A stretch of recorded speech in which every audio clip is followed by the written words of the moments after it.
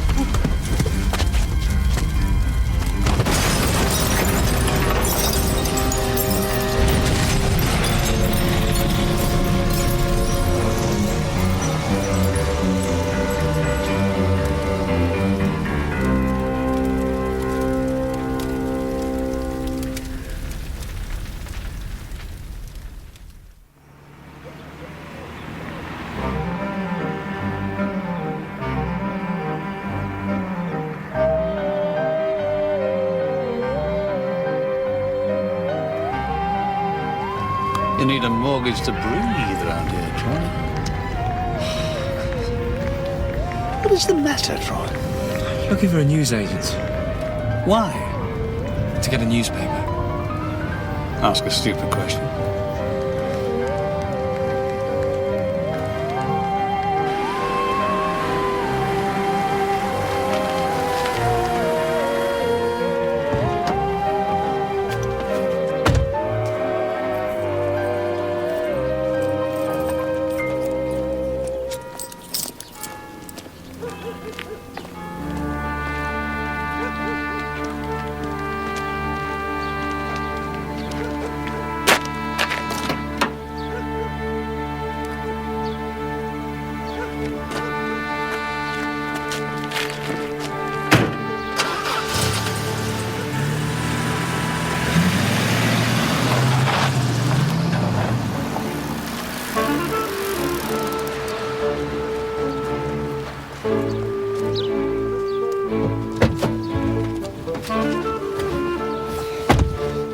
Investment Daily, Troy.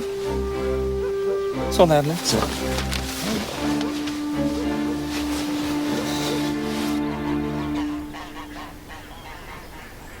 Well, the fire started when you turned on the ignition, is that right? Yes, it was simultaneous. Oh, let forensic have a look at that. Can you think of anyone who might have had a grudge against you, Mr. Proctor? Certainly not. What kind of car is it, sir? It was a 1963 Alvis. Old car like that. Maybe it was the wiring. I spent a fortune restoring this car. It was not the wiring. Where are you off to? Reading club. Poor James. He's going to be very upset about his car. It's not his car, it's my car. I'm very upset. Yes, darling, of course, I'm sorry. See you later. May I ask you, sir, who's James? Lord Chetwood.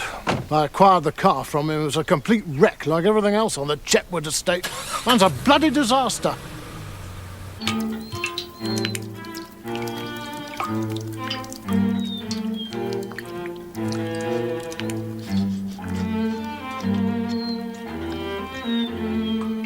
James, I'm off to the reading club.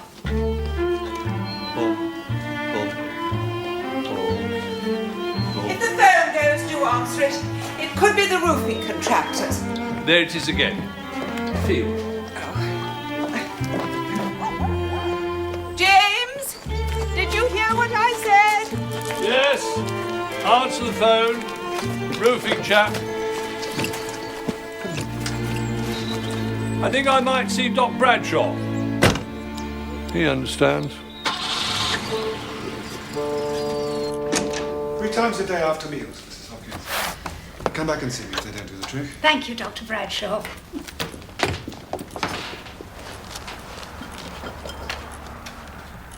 Bye, Mrs. Bradshaw. You'll be off to Marjorie's for the reading club, I expect. I expect I will, yes. Marjorie's kindly asked me to help her with the garden party this year. Oh, lovely. I'm in charge of salads. Lots to think about there. Goodbye.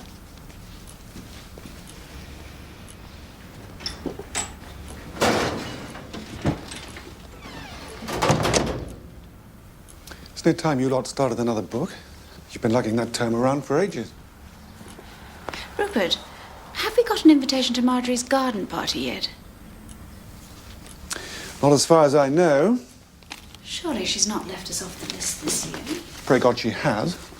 Warm Pims and rubber quiche in Marjorie's back garden is not my idea of fun. It's not about fun. It's about making a mark in village life. You've just got no drive, Rupert, socially or professionally. Sorry, dear. I left you several messages. Well, where the hell were you? I sat in the bar for 2 hours twiddling my thumb. Hang on a second, there's someone at the door.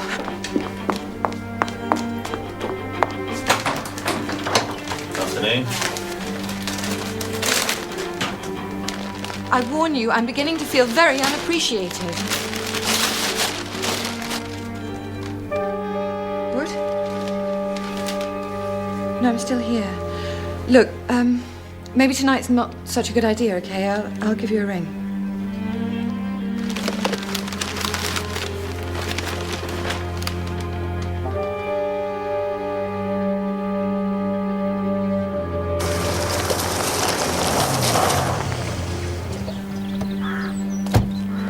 About time, too. Everyone else is present and correct.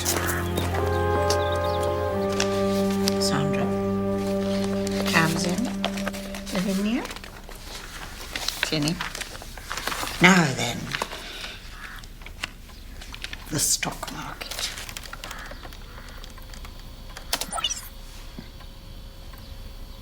Jenny, where's your book? Oh, sorry, I left it in the car. Do try and remember to bring it in. You'll never know who's watching. Is all this secrecy really necessary? I mean, all we're doing is buying a few shares. We decided on discretion at the outset, but if you want to change that policy, let's vote on it. I know it sounds silly, but I, for one, would far rather we kept it to ourselves. As you know, Selwyn is a stockbroker. I don't think he'd be very happy about me investing in the stock market. It's all right for you, Ginny. You don't have an interfering husband to worry about. That's agreed, then. I myself have no strong feelings either way, but darling Gerald always said one should never let one's money be the subject of public discussion. So, to business. We're halfway through our 4th financial year, and I'm delighted to report that the Midsomer Market Reading Club share portfolio is beating the UK index by 16%. Which means that we girls who aren't supposed to know tuppence about money matters are giving those overpaid analysts and fund managers a jolly good hiding. However, I must sound a note of caution. Gerald always said, spread the risk. So, I propose we sell off some of our biggest winners and reinvest. Sandra? Ginny mentioned a company called Tree Time at our last meeting. I'd read about it being involved in a takeover or something. So I've been looking into it. I was a little concerned about the interest on their borrowing. But taking the gross interest and the pre-tax profits, I've worked out that Tree Time are earning 7 times the interest repayments on their debt, which is very healthy indeed. Isn't she marvellous with figures? I dare say you get it from that bookmaker father of yours. If we're doing so well, couldn't we just sell some shares and take some actual money out? Oh, yes. Can't we make hay, so to speak? But the stock market only bears real fruit for the long-term investor, Lavinia. Is that the gospel according to Gerald? Yes, it is, Ginny, and I happen to agree with it. But let's put it to the vote. All those in favour of cashing in some of our investments? Those in favour of reinvesting? Reinvestment it is, then. Anything? No. The first thing anyone saw or heard last night was the fire engine. Not a very popular bloke, Selwyn Proctor. One woman asked if he'd been hurt. I said no. She said, pity. There's something in your paper about my pension plan. Sir, do you mind? Joyce was saying I ought to supplement my police pension, you know? Could I just... What are you doing? Well, The Hawk? Well, well. My dad bought me the first issue when I was 6, and I just kept on buying it. It's become a sort of, habit, you know. And who exactly is The Hawk? Well, he's this private detective who fights evil. And he can turn into a hawk. At night. He's got this amazing night vision. Can he fly? Well, only when he's a hawk. Extraordinary. You think you know someone and... I never actually read it. No, of course not. Now, about the pensions, you got yourself sorted out there, have you? Oh, God, no. Too young for things like that. Obviously.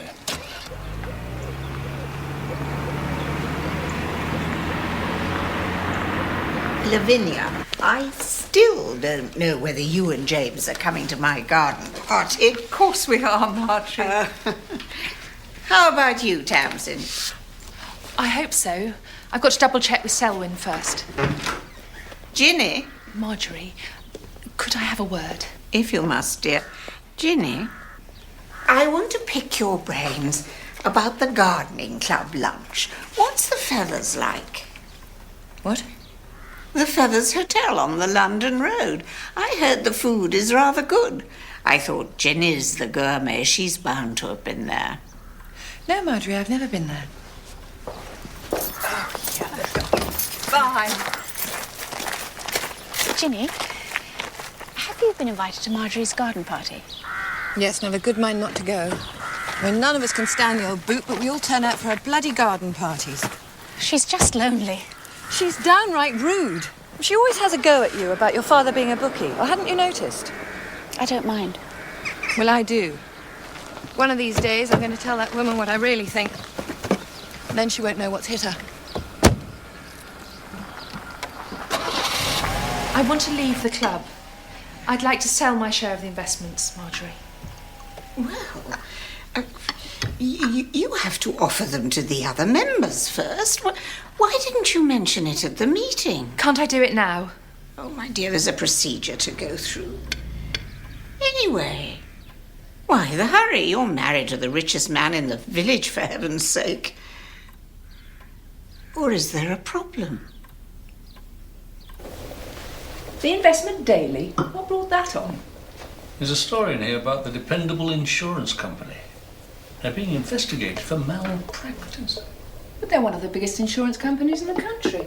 Well, you say that, but it says here they're being investigated. It's probably routine. All these companies are under scrutiny. Quite right, too. I can't make head nor tail of this jargon. Leave it to the experts, darling.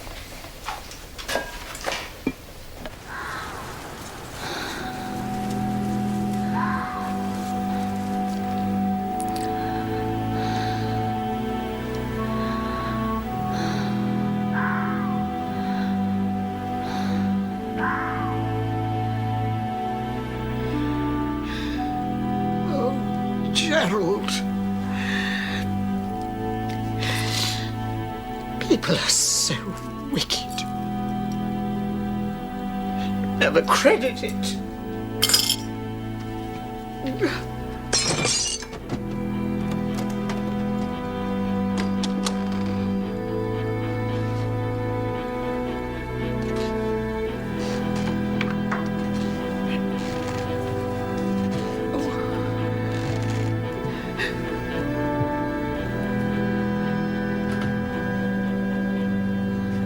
Hello?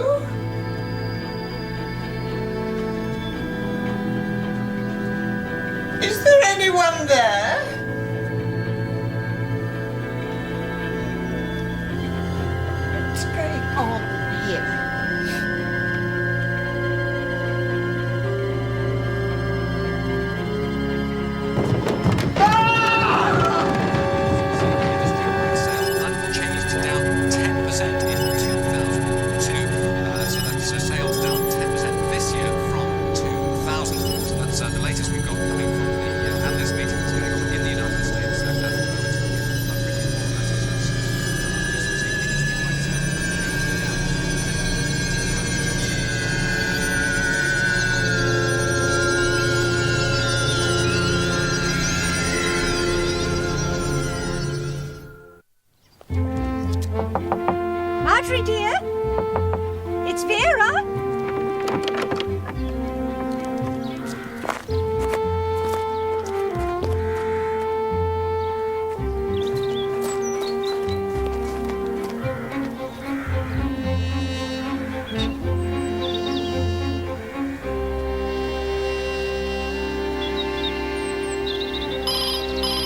Surgery, good morning.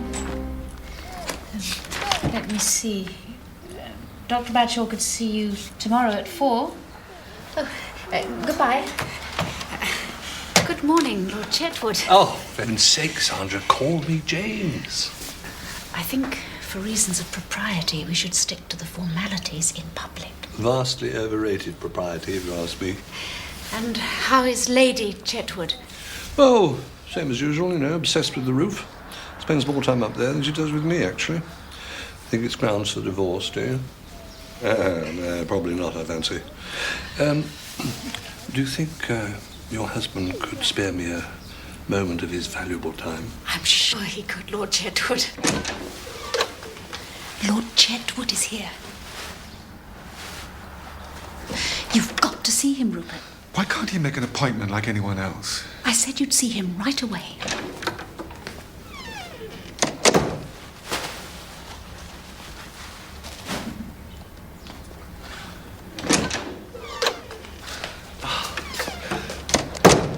Terribly good of you, Rupert. Hello, James. What's the trouble this time? Oh, it's this wretched pressure behind the eyes. I can't sleep a wink. Sit down. Night after... Roll your sleeve up. Right.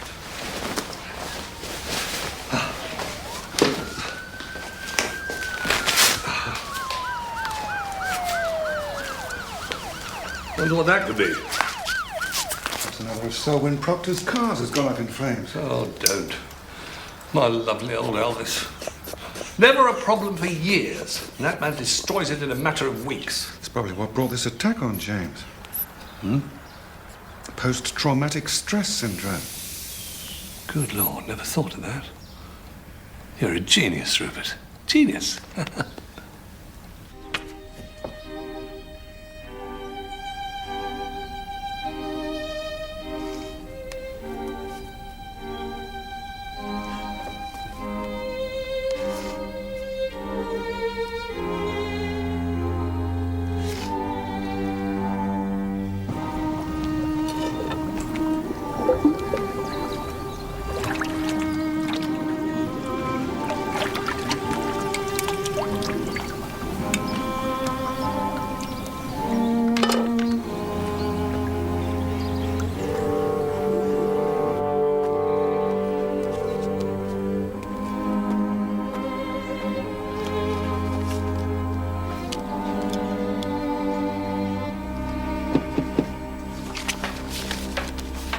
Oh, come in, Harry. What is it? I found another one of these in the pool. It's just the kids next door, Harry. Chuck it back. You okay? Yes, I'm fine. You sure, you can trust me, I'm the pool man.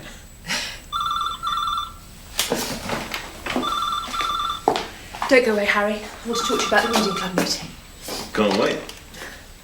Hello. Hello? What? Oh, my God. Yes. Yes, I can right away. Yes, as soon as possible. I've got to go to Ginny's. Something awful has happened to Marjorie Empson.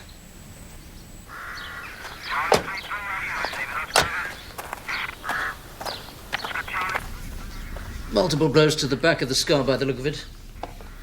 It's congealed blood and hair on the stick. Yes, Tom, walking stick would be favourite. What time of death? Sometime after 10 p.m. last night, at a very rough guess. What about 7 minutes past 11?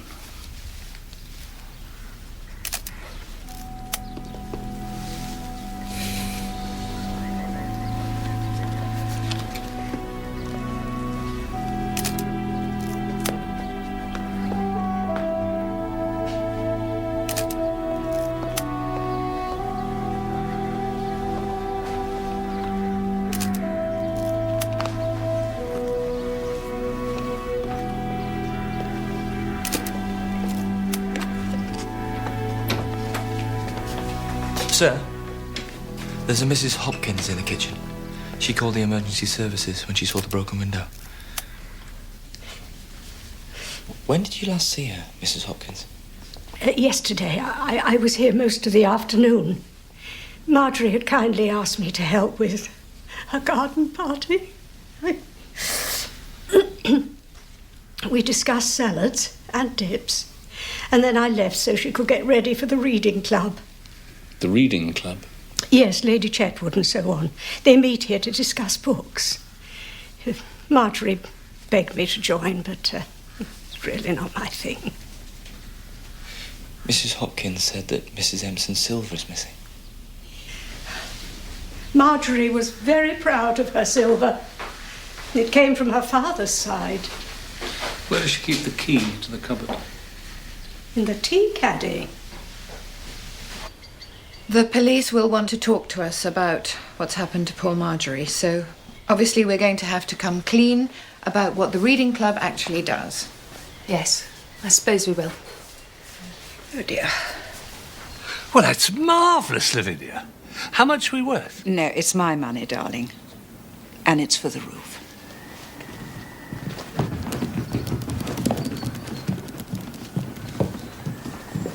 I thought you were up to something. There's no way you need 4 years to discuss a book as bad as Tuscan Spring. You mean you've actually read it? Yeah. I thought it might give us something to talk about.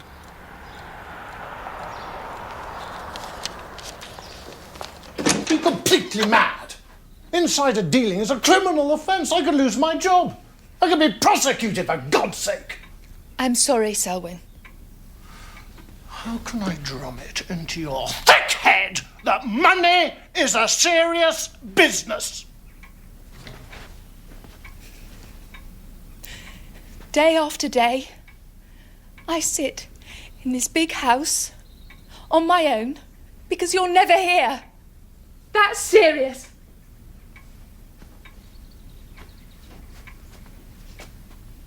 It's about babies again. Because I've said all I've got to say about that subject.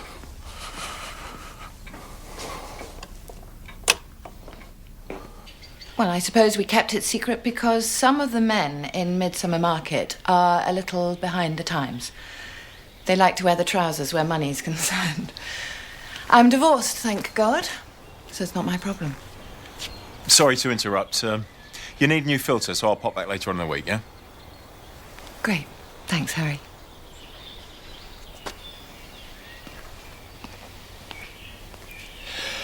So it was Marjorie Empson who ran the club? Marjorie is great at running things. And you all take a keen interest in the stock market? Oh, God, no. No, it's total gibberish to me. You know, Marjorie is a whiz at bookkeeping. And Sandra Bradshaw, she's the local GP's wife, has a fantastic head for figures. So I just let them get on with it. Anyway, 1 or 2 of our investments are doing incredibly well. So we discussed selling them off. And then? And then the meeting broke up. Oh, Tamsin Proctor stayed behind to talk to Marjorie. What did you do?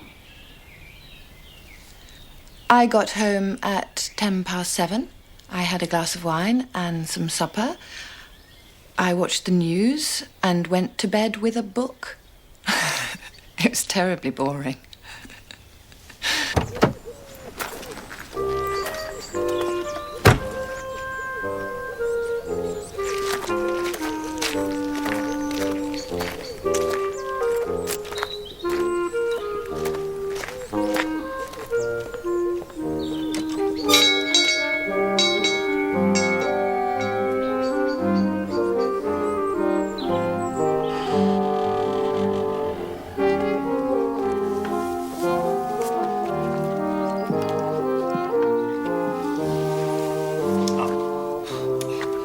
You're gonna have to start again from scratch, mate. Really? Yep.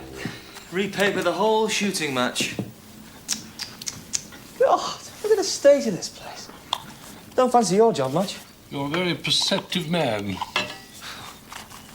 Anyway, I'm looking for Lady Chetwood. Oh, are you? We'll go down the corridor. Turn left at the door and on up the stairs.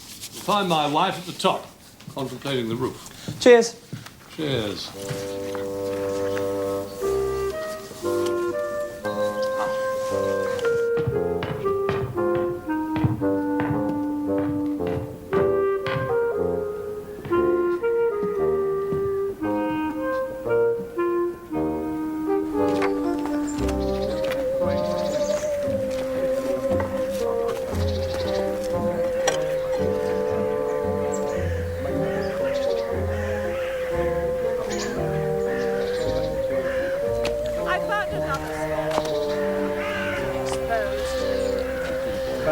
Lady Chetwood. Any news about my car? I'm afraid not, Mr. Proctor. This country, everything takes forever.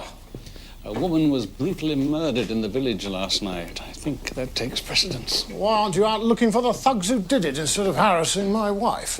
Not harassing your wife. I need a statement, a brief statement from Mrs. Proctor about the meeting at Marjorie Empson's.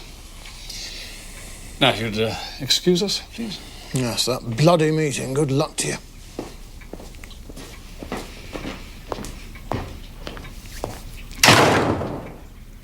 My husband's a lovely man, Sergeant, with many talents. But hanging on to money is not one of them. So you joined the reading club? Yes, it was my secret little plan, you see. To make some money so that I could patch up the roof here and there. And was the club doing well? Incredibly well. Thanks to Marjorie and Sandra. I was rather hoping that we could sell some shares so that I could give the roofing chaps a down payment, but I was outvoted. Are you all right? Yeah. Not too good with heights, actually. I stayed behind to talk to Marjorie, Mrs. Empson, about selling my share of the portfolio. How long did you talk to her? Only 10 minutes or so. And then I came home and cooked dinner for my husband. Did it not occur to you that the club might cause a problem for your husband? It had crossed my mind, yes. Well, Selwyn never talks about his work to me, so I thought it would be all right. But it did cross your mind? Yes. But that's why I wanted to sell my shares. I only joined the club in the first place to try and make some friends in the village. Oh, so you joined the club for social rather than financial reasons? Yes. Despite the fact that there might be a conflict of interest with your husband? Yes. No. You see, the thing is, my husband... Yes, your husband what? Nothing. No, that's all I've got to say. I'm sorry. Poor old Marjorie. Just like her to put up a fight. She loved her silver. You knew about Mrs. Empson's silver? Oh, everyone was shown the family silver. Some of it was plate, I'm afraid. Poor old Marjorie. She was popular in the village, I'm told. Oh, yes. Marjorie could be a little blunt. She did tend to put people's backs up, but she was a good person at heart. OK, everybody knew about Mrs. Empson's silver. They even knew where she kept the key to the cupboard. You've got to be looking for some kind of local lowlife. But you're assuming it was a genuine break-in, aren't you? What do you mean? Well, your local lowlife. Why would he ignore a purse stuffed with cash and credit cards? Top of the range, laptop computer, expensive camera. You think this is something to do with that reading club thing? I am keeping an open mind, Troy. Oh, look. Look who's here.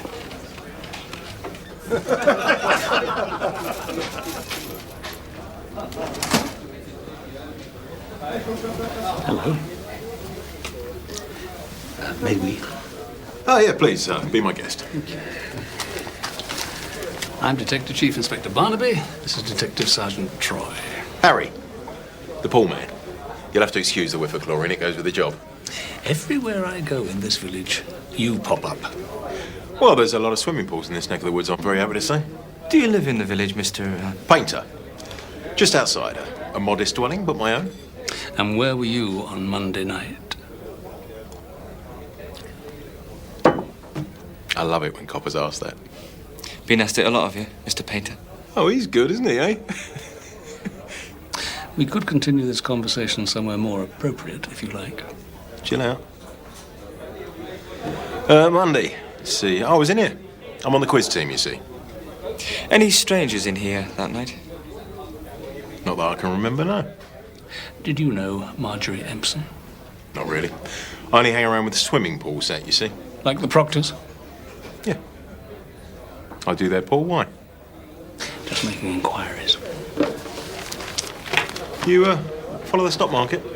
I'm checking my pension. Oh, yeah. Who's it with then? Dependable. You're a bit of an expert on pensions, are you, Mr. Painter?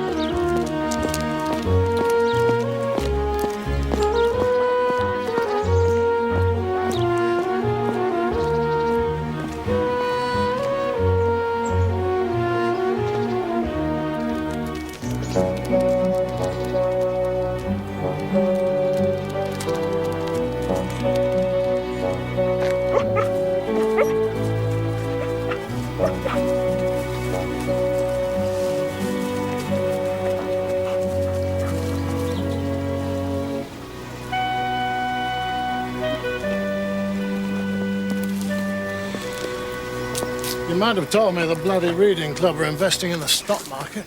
Why? Because then I wouldn't have told you so much about my work, that's why. Darling, that city gossip goes in one ear and out the other. Anyway, it's not your financial prowess I am interested in. I've got 23 minutes.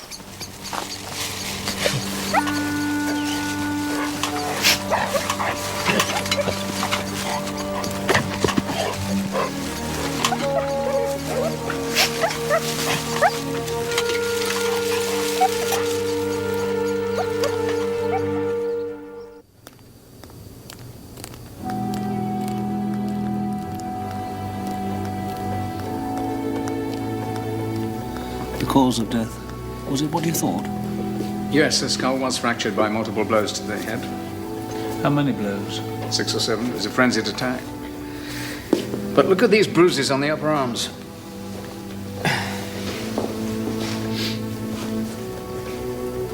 They're identical. Finger marks. See, she was held from behind like this, very tightly. And all the blows came from behind? So it looks like there were 2 assailants. One held her while the other beat her to death with her own walking stick. Coffee?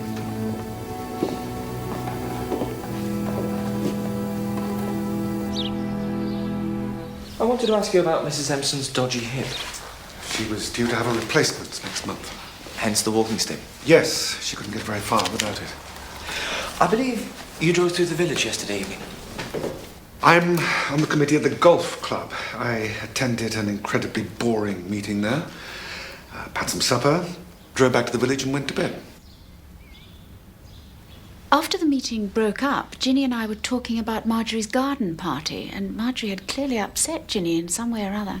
Did they argue at the meeting? Oh, no, it was all very good-humoured as usual, though I have noticed some tension between the two in the past. Marjorie didn't think that Ginny was really PLU. What's that? What's PLU? People like us. And I think Ginny resented that. People can be extraordinarily sensitive. And Mrs. Bradshaw was home before you, was she?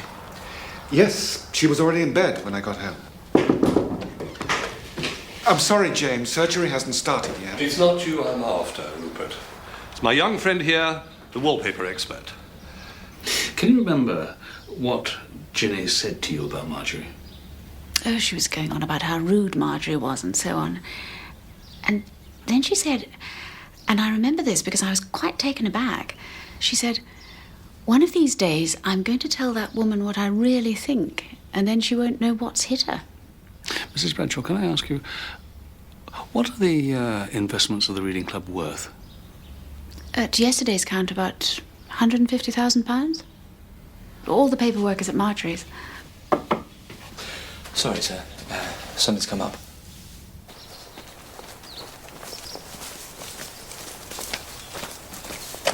There. One of the dogs found it. Mrs. Empson's silver, by the look of it.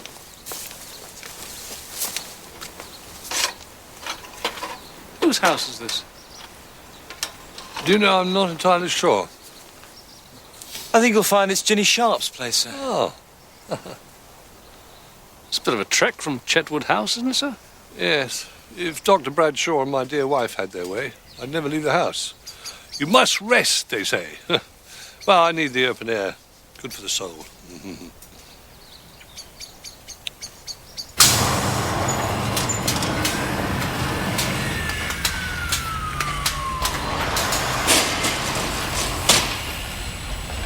piece of cloth soaked in petrol was shoved under the wheel arch. Here, by the petrol tank. How's it lit? Match, cigarette lighter. Kid could have done it. Just bad luck the driver got into the car when he did. Here. What's that? The remains of the cloth. It was blue and clear when the tank went up. Looks like toweling, bit of towel. Some letters, though. You see what they are, Troy? Feathers. The Feathers Hotel?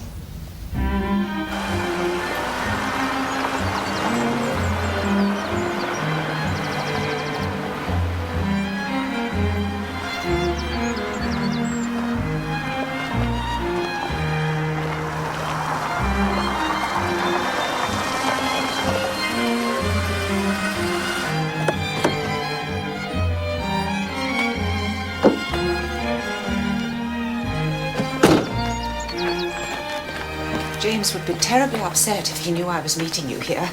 You're not having second thoughts, eh? No, of course not. Because when I want something, I usually get it. And I want Chetwood House. Well, it's going to be an awful wrench for James. Look, people like me come along, plenty of money, lots of ideas, and we keep the traditions alive. Chetwood House will prosper. There'll be trout in the lake and pheasant in the woods and a roof that doesn't bloody leak. And you'll have stacks of lovely cash. I know. Don't often see you in a skirt and makeup, Lavinia. Not unattractive, actually. They have excellent rooms here. Instead of shaking hands on the deal, we could, you know. Really, Selwyn? Certainly not. No harm in asking. I always do. You'd be surprised how often it works.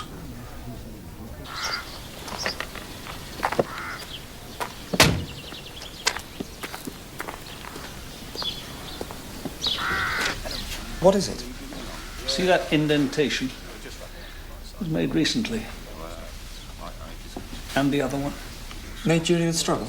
Yes, by Marjorie Empson's walking stick, I reckon. Which could be how the pictures and vases got smashed. She must have put up a hell of a fight. 70-year-old woman with a dodgy hip against 2 assailants. We're missing something here, Troy. How about the paperwork that was in the safe? It was to do with the reading club investments, statements and checkbooks and, you know. No, I don't know. Well, stuff to do with shares. Stuff to do with shares. Is that from the business section of the Hawk, Troy? I made a list of the companies they had shares in. Where are they? Where are what? The share certificates or whatever they're called. Well, I'm not sure yet. I'm trying to find someone at the Nick who understands all this stuff. This stuff. Oh. Troy. Yeah? Right. Yeah. Okay, thanks. Sir, door-to-door turned up a witness. Someone was seen in the village late on Monday night. Can they identify them? Don't know yet, but Harry the Poolman's alibi checks out. He was in the pub till gone midnight. But there is something else. Yeah? Harry does have form for embezzlement. He used to work in the city.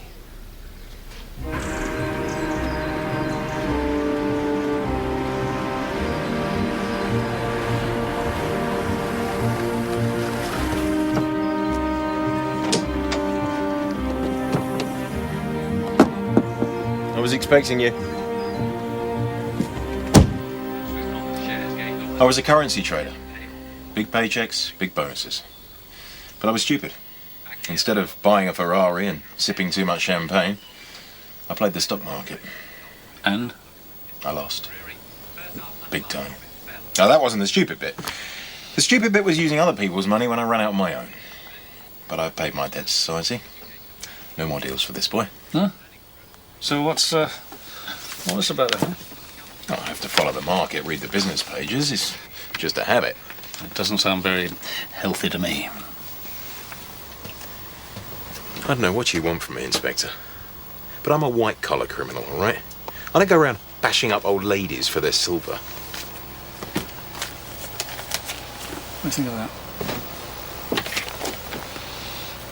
Well, it looks like someone's share portfolio. It's the reading club's portfolio, actually. What do you think to it? Well, it's an interesting mix. Lots of blue chip stuff, very conservative. Well, plus a few wild cards. What does that mean? Oh, small companies that suddenly went through the roof. You know, a merger here, a buyout there. Well, it looks like the ladies timed it beautifully. Well, perhaps they had inside information. In Midsomer Market? Like Tamsin Proctor, for instance. She's married to a stockbroker. Is she? All right, Harry. Can we drop the I'm just the pool man, what should I know about it act? If you don't want to help me, that's your choice. But I'll take you in for questioning, and I'll give forensics a turn this little hideaway of yours inside out, just for the fun of it. Hey, don't get bent out of shape. If Tamsin got inside information from her husband, and that is a big if, I don't think she'd pass it on. Why not? Because she's not like that. You've got a soft spot for Tamsin, haven't you? Yeah. She's one of the good guys, but she's got her problems. Is she? Like what? Come with me. Here. These started turning up in the pool a few weeks back. One at a time. Did you show them to her? Yeah. She said it must be the kids next door, and that I should throw them back. And why didn't you? Well, there aren't any kids next door. That family moved out over a year ago.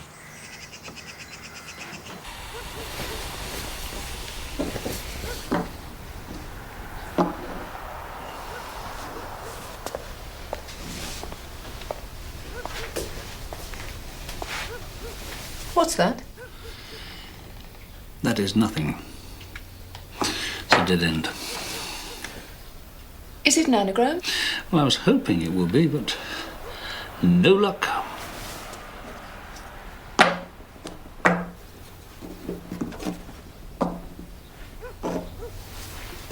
There's an E missing, obviously. Why did you really want to sell your shares? I've told you everything I know. You may have been the last person to see Marjorie Empson alive. Sooner or later, you're going to have to tell someone the truth, Mrs. Proctor.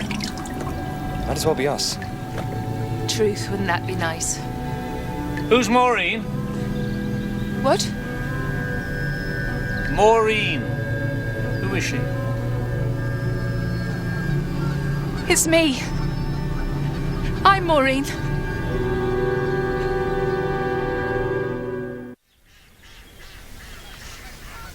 Where I come from, if you don't get out young, you don't get out at all. And I almost blew it. How do you mean? I got pregnant. They took the baby away from me in the hospital because I said I didn't want it. Because I thought that it would hold me back. Hold you back from what? All this. I was destined for better things, and I didn't want a baby in tow. So, Maureen became Tamsin. I learned how to dress, how to talk. I learned how to read a menu. I worked hard. And it paid off. So I met Selwyn. Did you tell him about your baby? Oh, no. He'd have never married me if I had. But I wanted my baby back. It was like an ache. It wouldn't go away. And then I got a letter about a month ago. And Peter's foster parents wanted to adopt him legally. So suddenly there wasn't any time. So that's why I wanted to sell my shares. I don't understand. You're married to a very rich man. Selwyn's a control freak. I have to negotiate for every penny. When Marjorie Empson told me about the club, I jumped at the chance because I thought that I could make enough money to leave Selwyn. Talk to anyone in the village about your baby. No, not a soul. Someone knows. Well, it doesn't matter now. So I'm never going to get my baby back.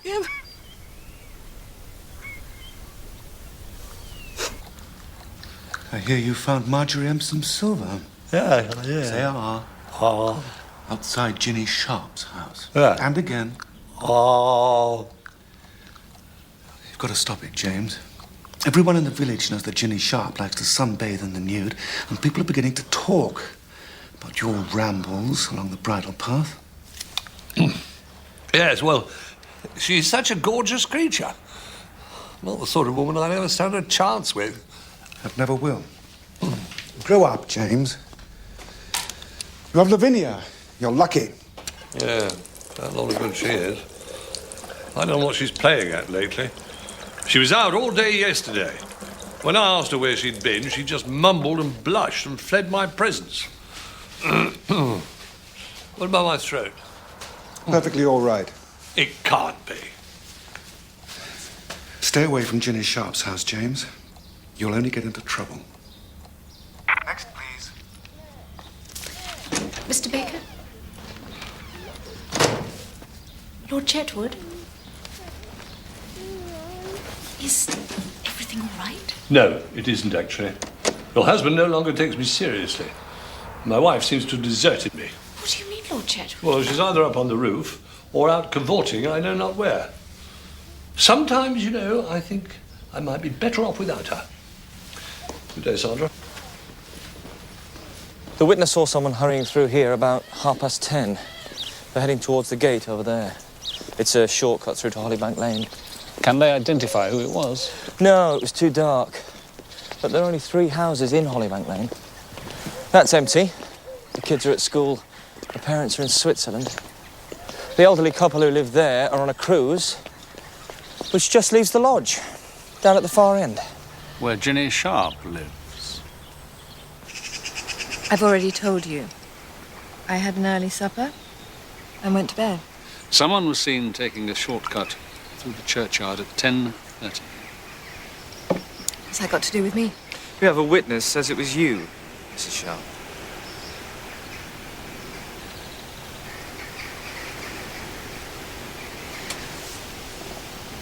All right, yes, it was me. Where had you been?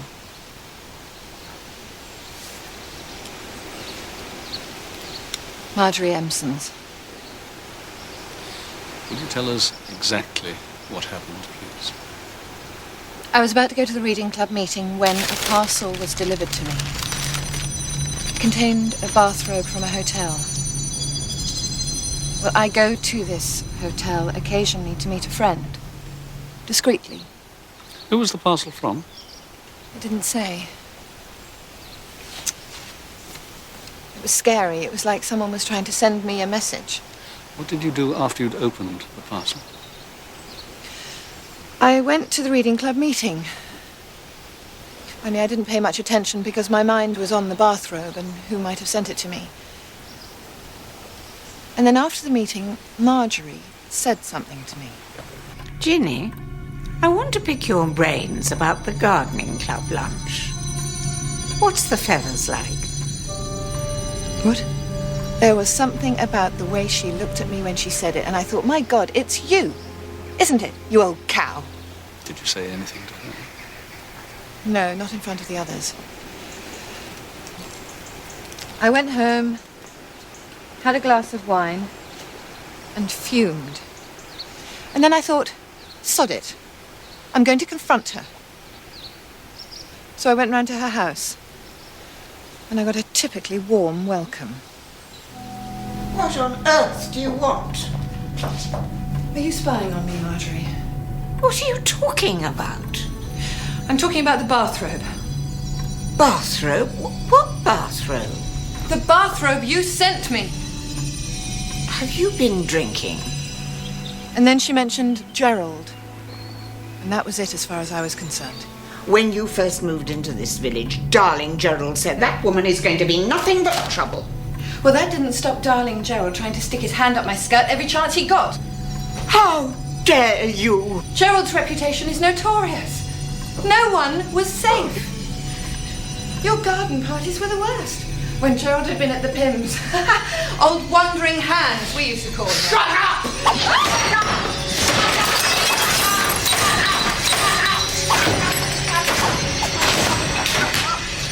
She went berserk.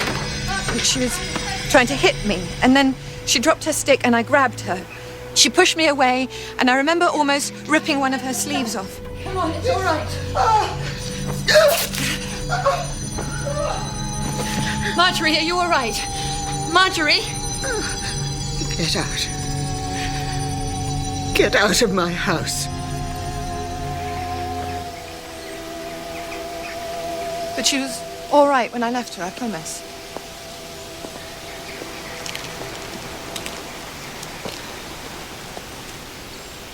I didn't kill Marjorie, I swear. Withholding evidence, that's a serious offence. Are you going to arrest me? No. I'm going to ask you to come down to Corston Police Station to make a formal statement, please. Of course, I'll do anything I can to help. I want to know who sent me that bathrobe. I want to know who's been spying on me.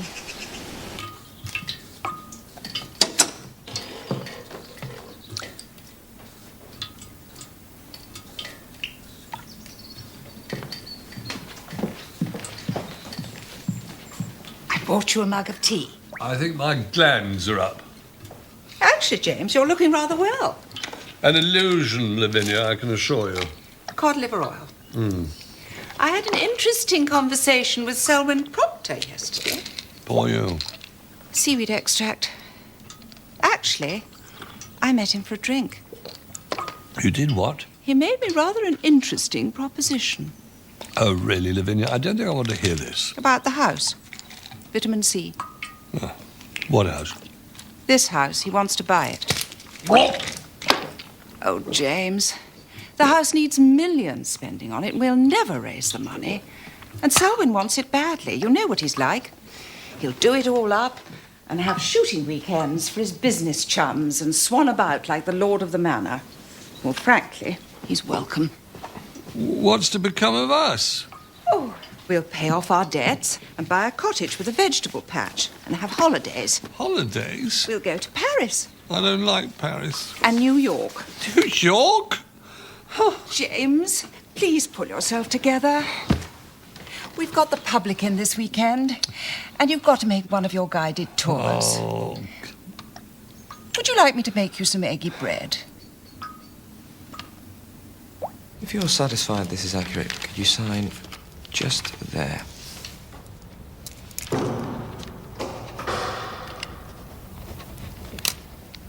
That bathrobe that was sent to you, which hotel was it from? The Feathers. It's on the London Road, the other side of Corston. And the friend you met there, was that Selwyn Proctor?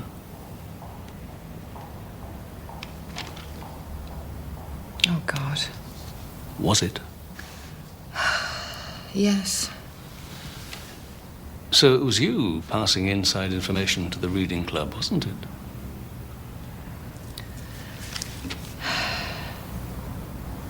How long has this been going on? 4 years. Selwyn said he'd leave Tamsin when the time's right. It's as old as the hills, that one, isn't it? Indeed it is.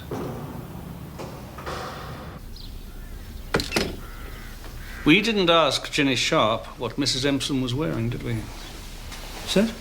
We assumed she was wearing her nightclothes. But Ginny said she'd almost torn off one of Marjorie's sleeves. But there were no rips in the clothes the body was found in. Come on, Troy.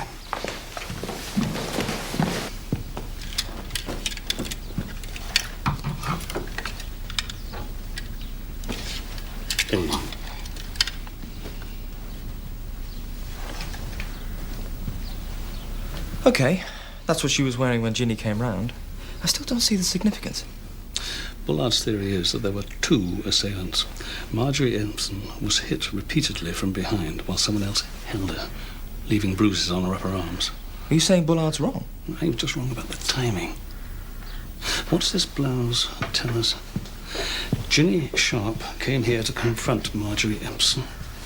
They argued. Marjorie attacked Ginny. Ginny grabbed her by the arms, leaving the bruises. And ripping the blouse? Yeah. Then Ginny goes, Marjorie gets changed for bed, and then someone else turns up. And that someone else is the killer. Or Ginny comes back. No. Don't think Ginny Sharp's the murderer. Why not, sir? It was timing for a start. And now we come back to the silver. Why would she get rid of it over her own garden wall? No. It's going to be a crude attempt to incriminate her, isn't it? By someone who knew Ginny had had a bit of a barney with Marjorie that evening. That is very good, Troy. Thank you, sir.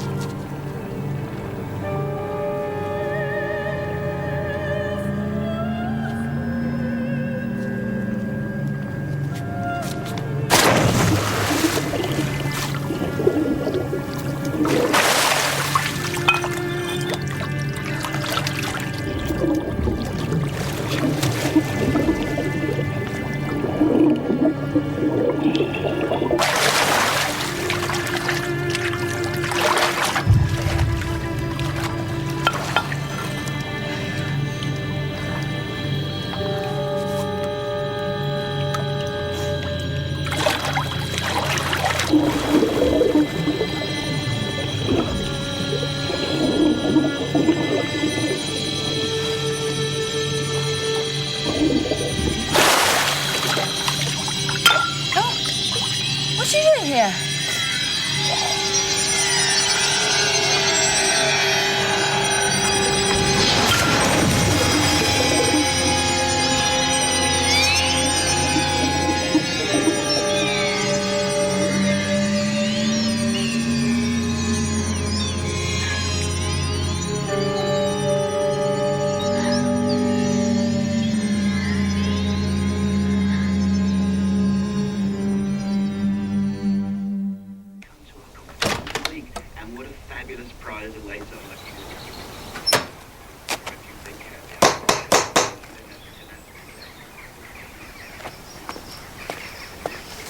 All the lights are on, sir, and I can hear a radio. Let's try round the back.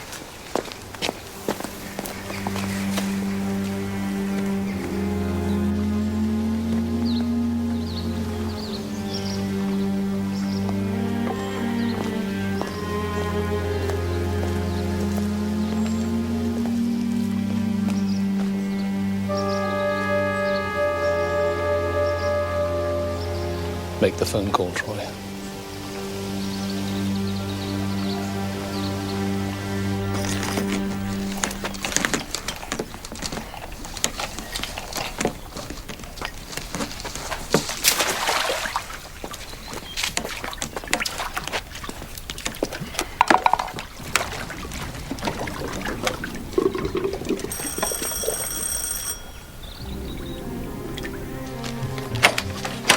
Mrs. Proctor. Thanks, Andy. Cheers.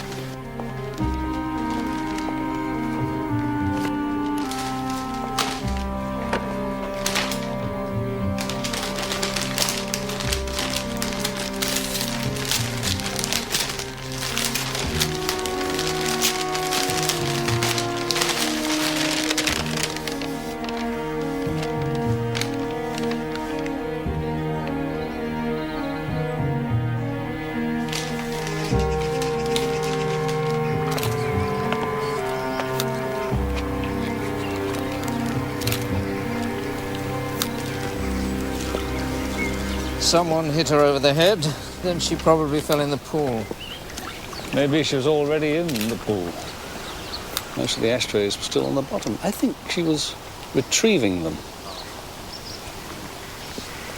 She was only struck once, by the look of it.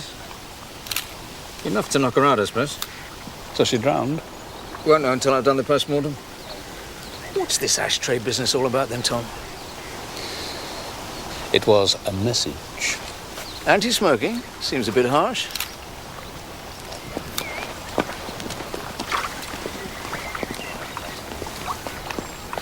Can't believe it.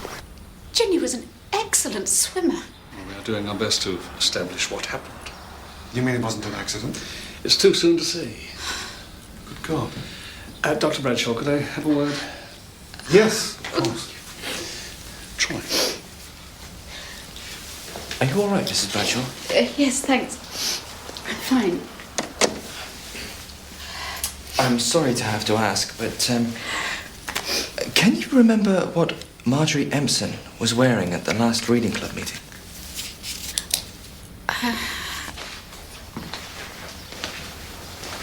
Ginny Sharp registered with me about 4 years ago when she moved into the village.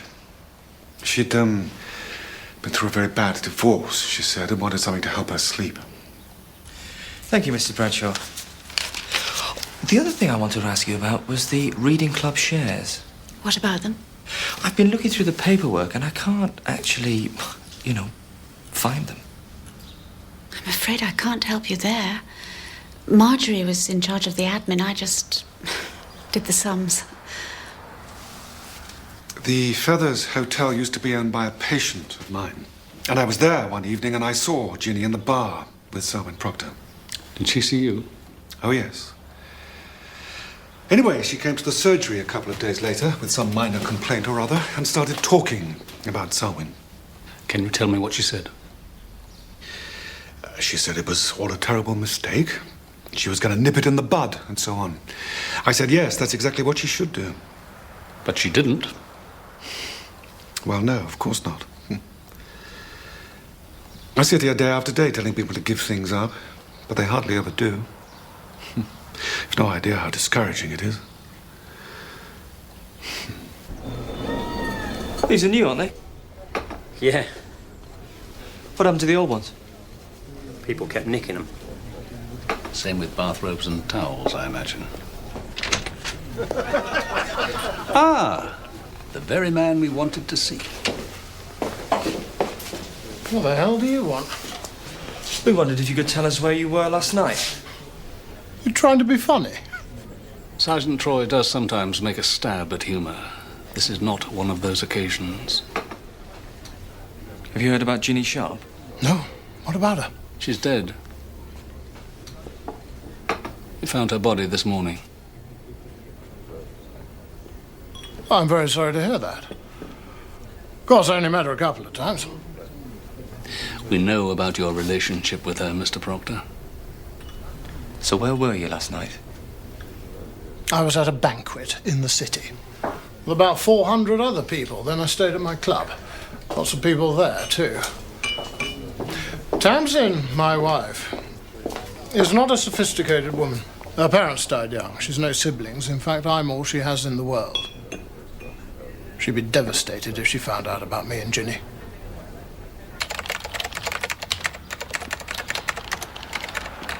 Oh, hello, Sandra. I hope I'm not too late. Any chance of seeing Rupert? Yes, of course. Go straight in. Oh, isn't it awful about Ginny? Does anyone know what happened yet? She was found in her swimming pool. The police have already been here. I think they suspect foul play. Oh. Lady Chetwood's here. Is there any chance that you could come and see James later? He's in an awful state. What's the problem? Well, Selwyn Proctor wants to buy the house. I've been negotiating with him, but I haven't told James because I knew it would upset him. And now you have told him? Yes. Yesterday. And it brought everything on. The palpitations, the dizzy spells. And then when we heard the news about Ginny this morning, he sort of passed out for a minute or two. Lavinia, please believe me, there is absolutely nothing wrong with James. It's all in his head. Yes, but that doesn't make it any easier for him, does it? You're a saint, Lavinia. You really are. Oh, please say you'll come and see him this afternoon. Tell him the move will do him good. I've got to get him out of the house, Rupert, for both our sakes. Of course I'll come. The roofing people are coming at 3 o'clock this afternoon to finish their report for Selwyn Proctor, so come about 4. I'll be there. It's the damp I can't stand. James doesn't seem to notice. It's 500 years of breeding, Lavinia. He's damp-proof. This is Alfred, my great-great-grandfather. Alfred died when he was 94, though he spent most of his life in bed. He had terrible health problems, you see. Funnily enough, I have a similar kind of relation.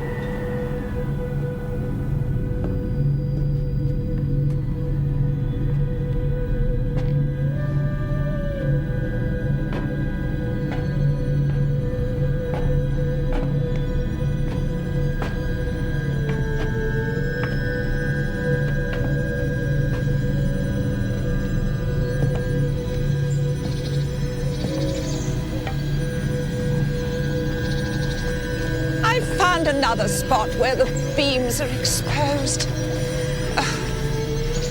Oh, it's you. I thought you were the roofing people. My heart will be quite normally for 5 minutes or so, and then suddenly...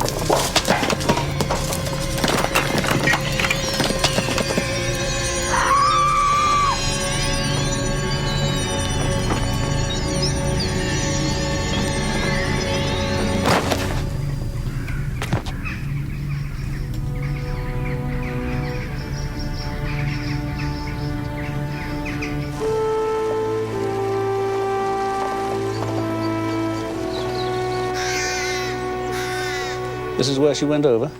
Yeah. And Lord Chetwood was right underneath with a group of tourists. They certainly got their money's worth. If someone came up here and pushed Lady Chetwood off the roof, they could have got back down those stairs, got out the back of the house without anyone seeing them. Pushed her? Surely she just fell. I mean, look at it, sir. It's incredibly dangerous. I mean, the whole lot looks as if it could just come down at any minute. You all right?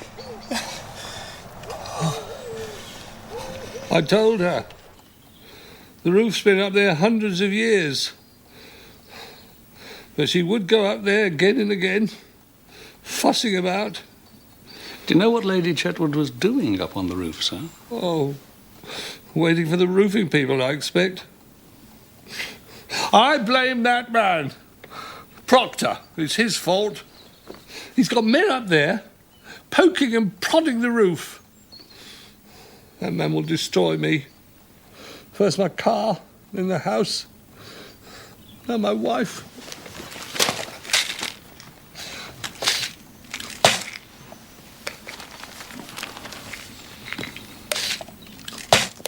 I can't find my zinc tablets. Lavinia knows. Oh, Lavinia. What am I going to do? What will become of me? Can I get you a doctor, sir? No. The doctor's on his way, Dr. Bradshaw. He'll know what to do. The doc understands. Find out why the roofing contractor didn't turn up, Troy. Sir.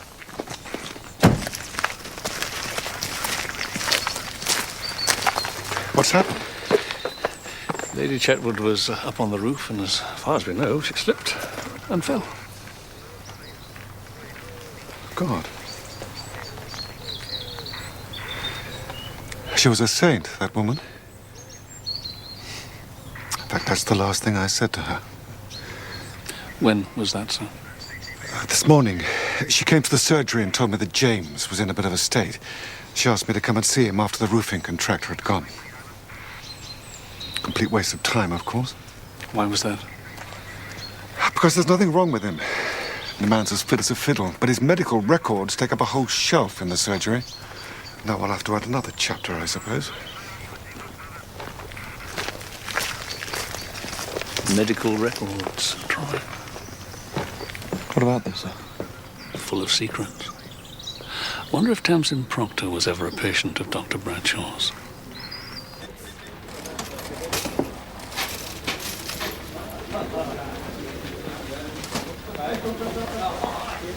Sir, the roofing contractor had a message cancelling the meeting with Lady Chetwood. Was that a man or woman? Just know he didn't take the call. So who knew about the appointment?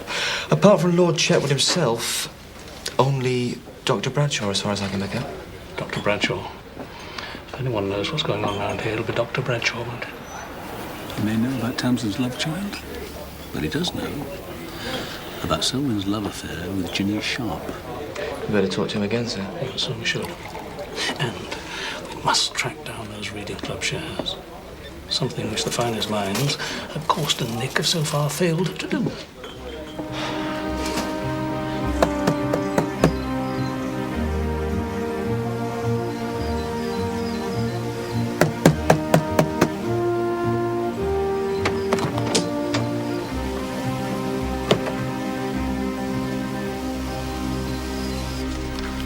Is that where they found her? Yes. Is that blood? You concentrate on the paperwork, Harry. Well, you know, this is all pretty bog standard stuff. Transaction records, statements, dividends, tax credits. What about the shares? Well, there won't be any share certificates if that's what you're looking for. No, they've been dealing online. So all the shares will be in a nominee account. What's a nominee account? Well, it's like a bank account, only it's got shares in it and not money. Could you look that up on the computer? Yeah, we got the account number. The chances are there's going to be some sort of password. Try.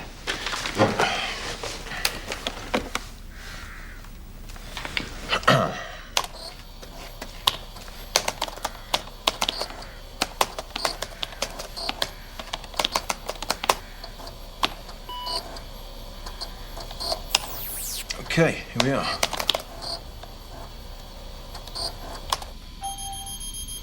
Enter password. Just as I thought. Sorry, folks, game over.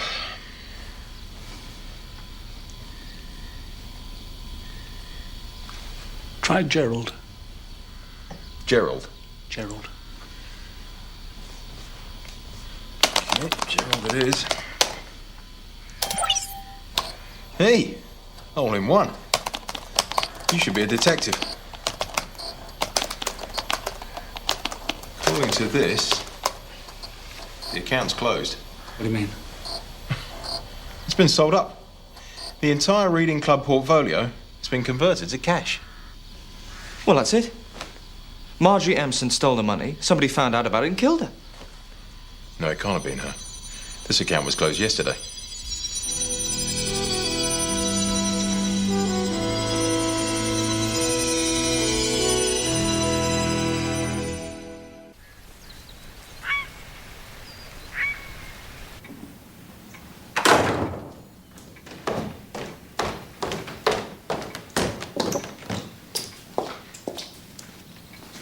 Someone sent me this. I thought it must be a mistake, so I phoned the hotel. Apparently, I called them and asked them to send me a bathrobe. They were only too happy to oblige such a valued customer. Oh, and they said they were looking forward to seeing us tomorrow. We can have our usual room. Isn't that nice? That particular situation is over. Cheer up, Selwyn. There'll be another, and another, Only I won't be around to see her, thank God. What do you mean? You can give that to the other Mrs. Proctor. I'm leaving you. You're my wife, Tamsin. For better or worse, remember? Get out of my way, Selwyn. No, I have invested heavily in you, and I don't allow my investments to walk away. Let her go. Get out of my house. Look, I'm younger than you, and I'm stronger than you, so just let her go, OK? Thank you, Harry. It's a pleasure, Mrs. Proctor. You're fired. Too late. Because I already resigned. Don't expect to be paid this month's bill. That's all right. In fact, you know, I owe you. What do you mean? This is my way of thanks. Your commission. Thank you for Apex Pharmaceuticals. Thank you for Tree Time Communications. And thank you for China Seas Bank. Cheers, Selwyn. You've been a pal.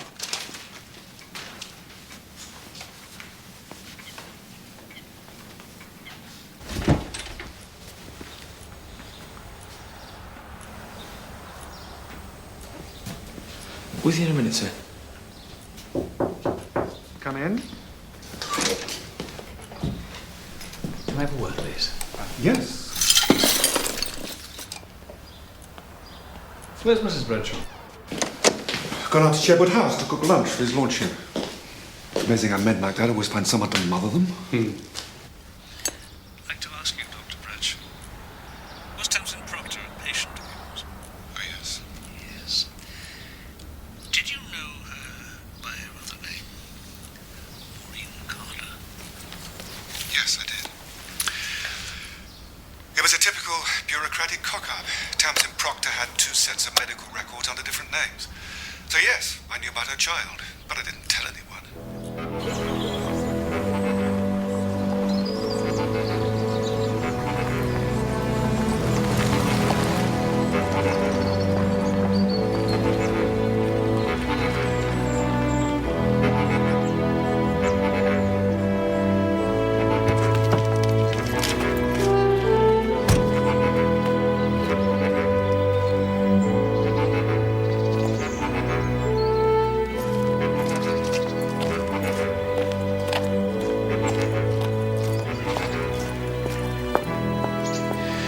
Frankly, I'd prefer not to hear most of what gets said in this room. Take that idiot James Chetwood, for example. What about him? He confessed to me ages ago that he had a crush on Ginny Sharp. Then I hear gossip in the village that he's been spying on her. I mean, what am I supposed to do about that? I'm a doctor, not a social worker. Is that switched off, Dr. Bradshaw? Yes?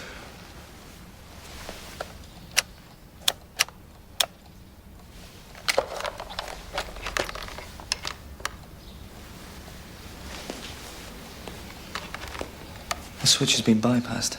It's permanently on. You can hear everything through there. Sorry, I don't understand. James!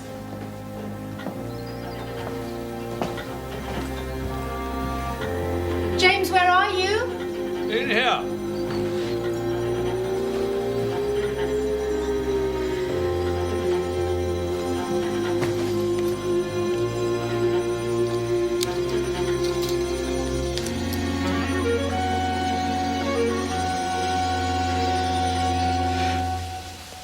Dr. Bradshaw, on the night Marjorie Empson was murdered, you told us your wife was already in bed when you got home. Did you actually see her in bed? Dr. Bradshaw?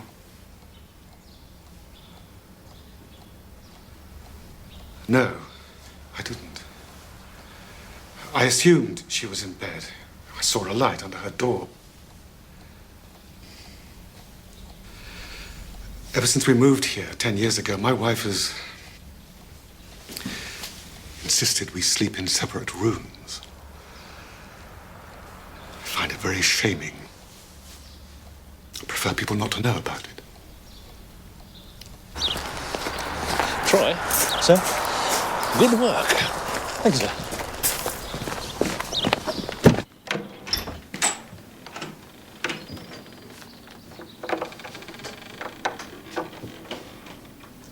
Hello, James.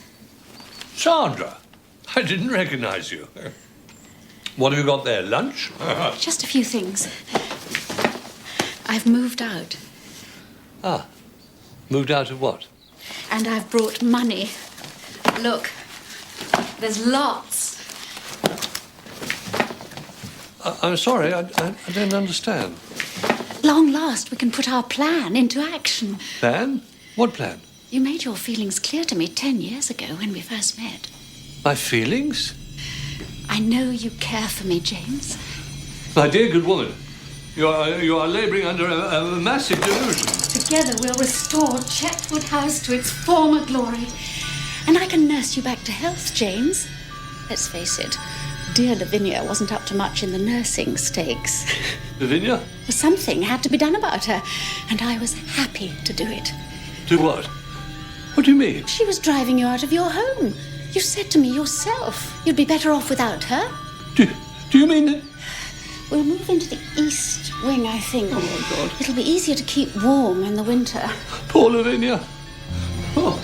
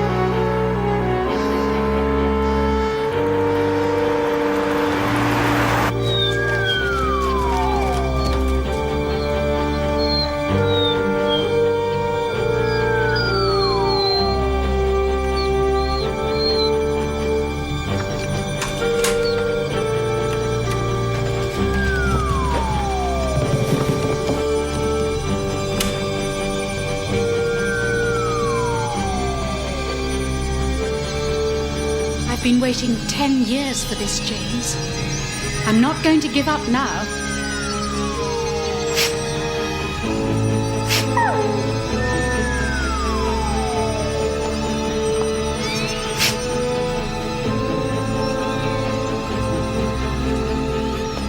Get away from me! It's all right, James. I'm going to take you in hand. Mrs. Bradshaw. God. Sandra.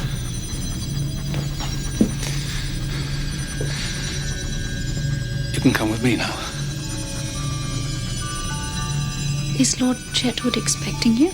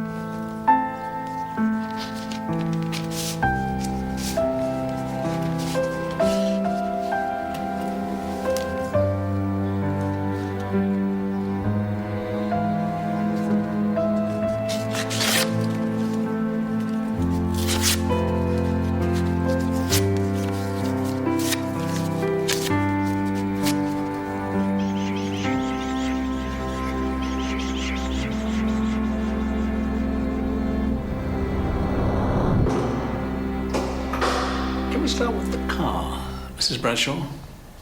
The car? Selwyn Proctor's car. You mean James's car? Selwyn Proctor cheated him out of it. Someone had to stand up for James, and I was only too happy to do it. By setting fire to the car. I was merely making a point.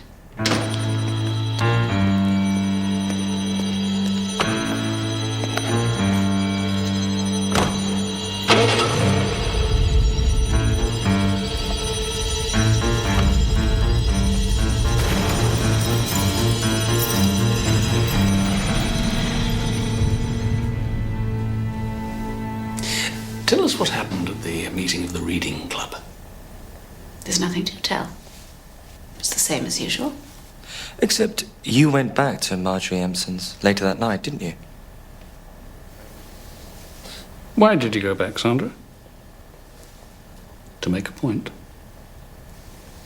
Yes. I did all the reading club donkey work and Marjorie Empson took the credit. And I had to endure Marjorie's endless jokes about my father being a bookmaker. Still, you have to rub along with people. That's what village life is all about. But that reading club meeting was the last straw. Why, what happened?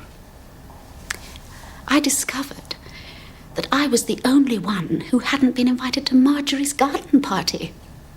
I was left out for the first time in 10 years, after all the work I'd done for the village. Did you say anything? Certainly not. I went home and thought about it. I thought, all right, if I'm not wanted, I'll resign. So I went to inform Marjorie of my decision. I heard raised voices from inside the cottage. It was Marjorie arguing with Ginny Sharp. I saw Marjorie try to hit Ginny with her stick. Shut up! Shut up! Shut up! Shut up! I waited until Ginny had gone. Marjorie went upstairs, so I went round to the back of the house. I let myself in through the French windows. What's going on here? Sandra, how did you get in here? I'm resigning from the reading club, Marjorie. You've come round here in the middle of the night to tell me that. And when I move into Chetwood House, you will not be welcome there. When what? You heard.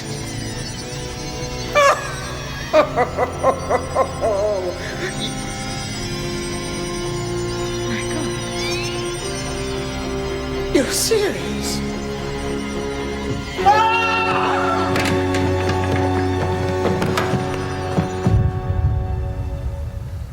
So Mrs. Empson was lying there at your feet.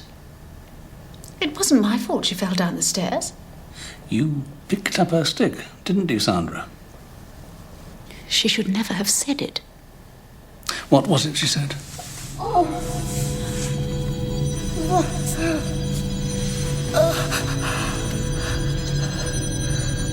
Bookie's daughter.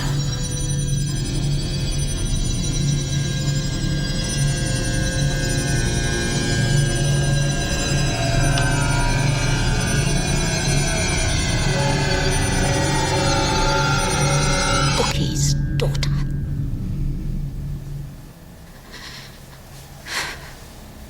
She gave me no choice. And Ginny Sharp, did she give you a choice? She was flaunting herself in front of my poor James. Ginny Sharp was a wicked woman. I had to warn her off for James's sake.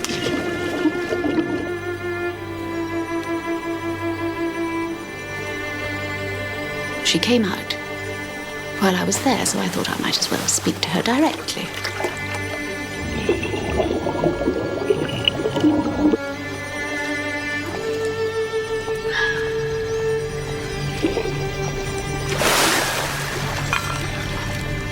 What are you doing here? I want to talk to you. What about? Lord Chetwood. I'm warning you, Ginny. Stop pursuing him. Me?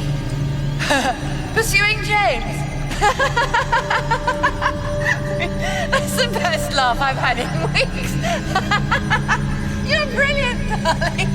Can you give me a hand?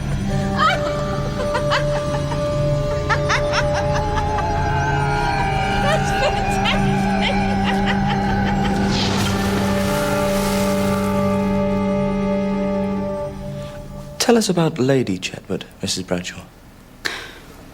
Poor James. No wonder his health was failing. Lavinia was a dear friend, but she didn't have the first idea about looking after him. She came to the surgery and told Rupert that Selwyn Proctor had made an offer for Chetwood House, behind James's back. Selwyn Proctor wants to buy Chetwood House. I've been negotiating with him, but I put off telling James because I knew it would upset him. Yes, yesterday, and he brought everything on. The palpitations, the dizziness. Please come and see him this afternoon. Tell him the mood will do him good. The roofing people are coming at 3 to finish their report, so come after 4. She mentioned the appointment with the roofing contractor, so I cancelled it. I drove up to Chetwood House. James was showing some tourists around. I found Lavinia on the roof. I want a word with you, Lavinia. Fine, we're far away. Is it about the reading club? No, it's about James. James? Why, James? Yes. We've had plans to be together for some time, you see, and we thought it only fair to tell you. Plans? Yes. Oh, Sandra, dear. Are you feeling all right? Perfectly all right, thanks.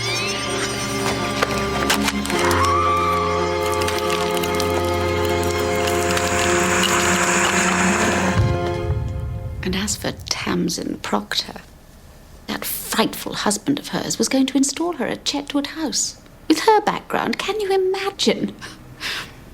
But I think you'll find I've put a stop to that, too. Interview terminated 1652.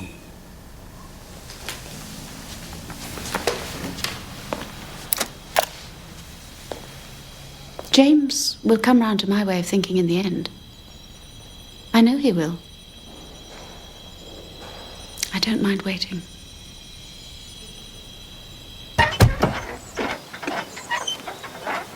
Moving on, are we, Harry? Yeah, I've had it with swimming pools. It's been a learning curve, though, I'll say that. Oh, yeah. And what have you learned?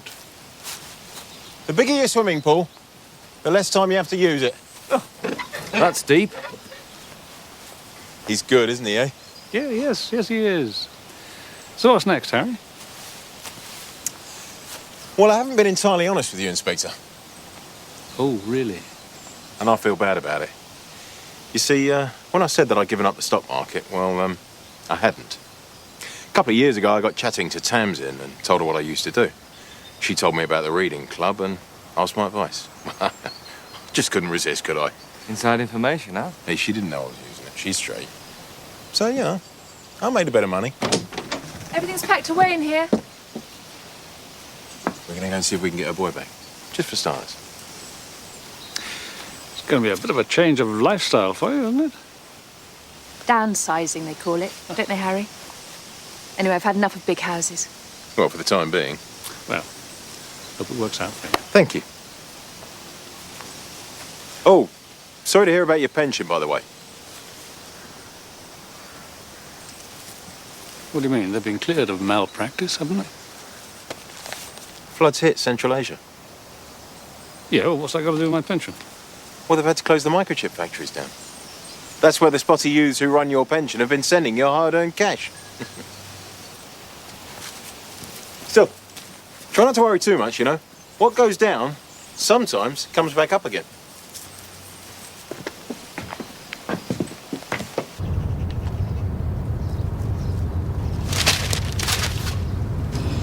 Funny thing happened the other day, sir. I'll go on, try cheer me up. Lord Chetwood put me onto this chap. He's a collector. He collects comics. Really? Anyway, he phoned up and asked me about the Hawk. I got them all, you see, from the first issue. And they're in really good condition. Anyway, this collector wants to buy them. And you'll never guess how much he's offered. It's amazing. Go on, sir. Have a guess.